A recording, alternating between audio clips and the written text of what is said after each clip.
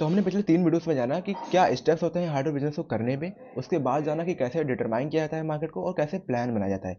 आज की इस वीडियो पे मैं आप सभी को बताऊंगा कि कैसे आपको डिसाइड करना चाहिए कि आपको कौन सा बिजनेस मॉडल अपनाना है। आपको फ्रेंचाइजी मॉडल पे जाना है या आपको खुद का ही बिजनेस स्टार्ट करना है। अब इनके अपने अपने अच्छाइयाँ हैं, अपनी अपनी बुराइयाँ हैं। अब इस वीडियो को पूरा एंड तक देखोगे तभी आप समझ पाओगे।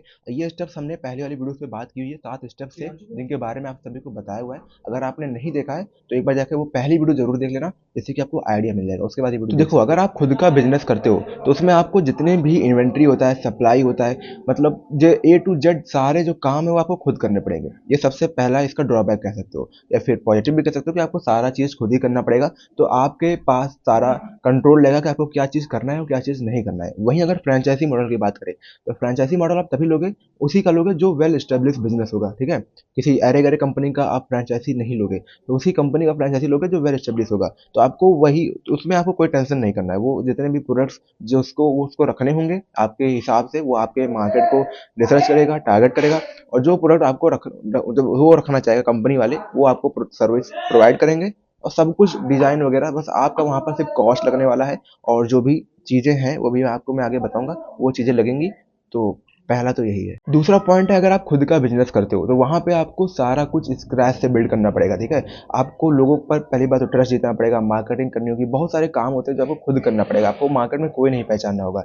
लेकिन वहीं बात करें फ्रेंचाइजी की, तो वहाँ पे लोग ब्रांड के बारे में जान रहे हैं। ठीक है, तो वो डायरेक्ट आएंगे, उनको उस ब्रांड पे ट्रस्ट होता है, लोग जानते हैं, लोग टीवी पे ऐड देखते हैं, लोग हाईवे पे बिलबोर्ड वगैरह होता है तो लोग ट्रस्ट करते हैं, तो वो डायरेक्ट आएंगे। उन पे आपको कोई जोर नहीं लगाना है कि आइए हमारी दुकान पे सामान लीजिए। उनको जिस पे भरोसा है वो खुद ही आएंगे, आपको ज़्यादा कुछ करने की जरूरत नहीं होगी। वहीं अगर आपका खुद का बिजनेस होगा तो आपको बहुत सारी चीज़ें करनी होंगी, उनको अट्रैक्ट करने के लिए अलग अलग तरीके होते हैं, उसको अपनाना होगा। वहीं फ्रेंचाइजी में आपको कुछ नहीं करना है, आराम से बैठ जाना है खुद। तीसरा पॉइंट है, यहाँ पे जो भी कॉस्ट होगा वो आपको खुद लगाना पड़ेगा। अब कॉस्ट भी डिपेंड करेगा आपके साइज के ऊपर, आपके स्टोर के ऊपर, आपके लोकेशन के ऊपर, आप कितना इन्वेंट्री लेके आ रहे हो। ठीक है, ये सारी चीज़ें डिपेंड करेंगी आपके कॉस्ट के ऊपर। वहीं अगर फ्रेंचाइजी की बात करें तो यहाँ पे आपको सिर्फ फ्रेंचाइजी फीस देनी होगी कंपनी वालों को, और थोड़ा सा सेटअप कॉस्ट देना पड़ेगा। और इसके साथ साथ आपको ब्रांड वैल्यू भी मिलेगी, और वो लोग आकर जिस हिसाब से भी उनको सेटअप करना होगा वो सारा सेटअप करके जाएंगे।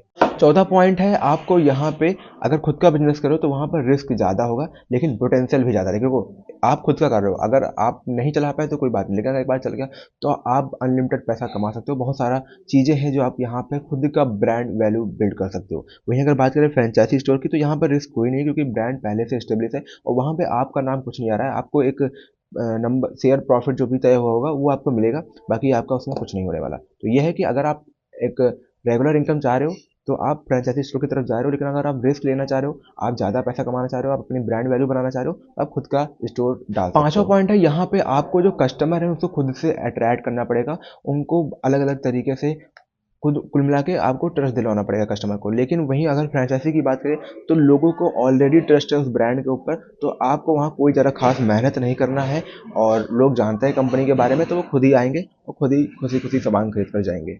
देखो, खुद के बिजनेस में आपको वहाँ पर कोई फ्रेंचाइजी फीस नहीं देनी है, लेकिन सारे ऑपरेशनल कॉस्ट आपको खुद से अपने जेब से देना होगा। चाहे वो इन्वेंट्री का हो, चाहे वो बिजली का बिल हो, चाहे वो आपको लेबर कॉस्ट देना हो, सारा जो खर्चा होता है एक बिजनेस को चलाने में वो सारा कॉस्ट आपको खुद से उतारना, चढ़ाना, मतलब लगाना पड़ेगा भाई। ठीक है, और अगर बात करें फ्रेंचाइजी की तो यहाँ पे आपको फ्रेंचाइजी जो रॉयल्टी फीस होती है अलग अलग मॉडल के हिसाब से, वो तो देना ही पड़ेगा आपको, और ऑपरेशनल कॉस्ट भी आपको देना पड़ेगा। तो यहाँ पे थोड़ा सा फर्क है, लेकिन आपको यहाँ रिस्क नहीं है, ब्रांड वैल्यू मिलती है आपको, कस्टमर को अट्रैक्ट करने की जरूरत नहीं है, कोई सरदर्द लेना नहीं है।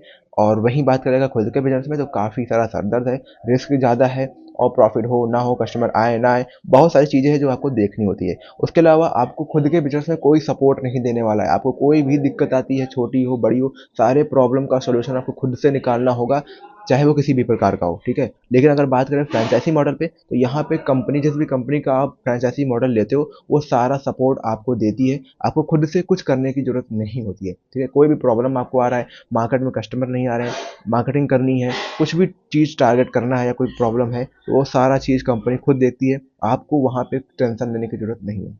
तो ये था वीडियो। अब आप लोग मुझे कमेंट में बताओ कि आपको कौन सा बिजनेस मॉडल करना है। ठीक है, इन दोनों में से कौन सा आप करना चाह रहे हो, यहीं से आगे डिसाइड होगा कि आप कैसे प्लान करोगे, कैसे कैसे आपको स्टेप्स मिलेंगे। ठीक है, अब जब आपने एक बार डिसाइड कर लिया है कि आपको खुद का बिजनेस खोलना है या फिर फ्रेंचाइजी लेना है, इसके आगे का जो वीडियो होगा वो काफ़ी ज़्यादा इंपॉर्टेंट होगा और वही डिसाइड करेगा कि कैसे आप अपने बिजनेस को ग्रो कर सकोगे। ठीक है, तो चलो ऐसी वीडियोस और भी देखने के लिए चैनल को सब्सक्राइब कर सकते हो, और वीडियो अच्छी लगी तो लाइक कर देना। कमेंट में कोई डाउट रह गया हो या कोई क्वेश्चन हो तो मुझसे पूछ सकते हो।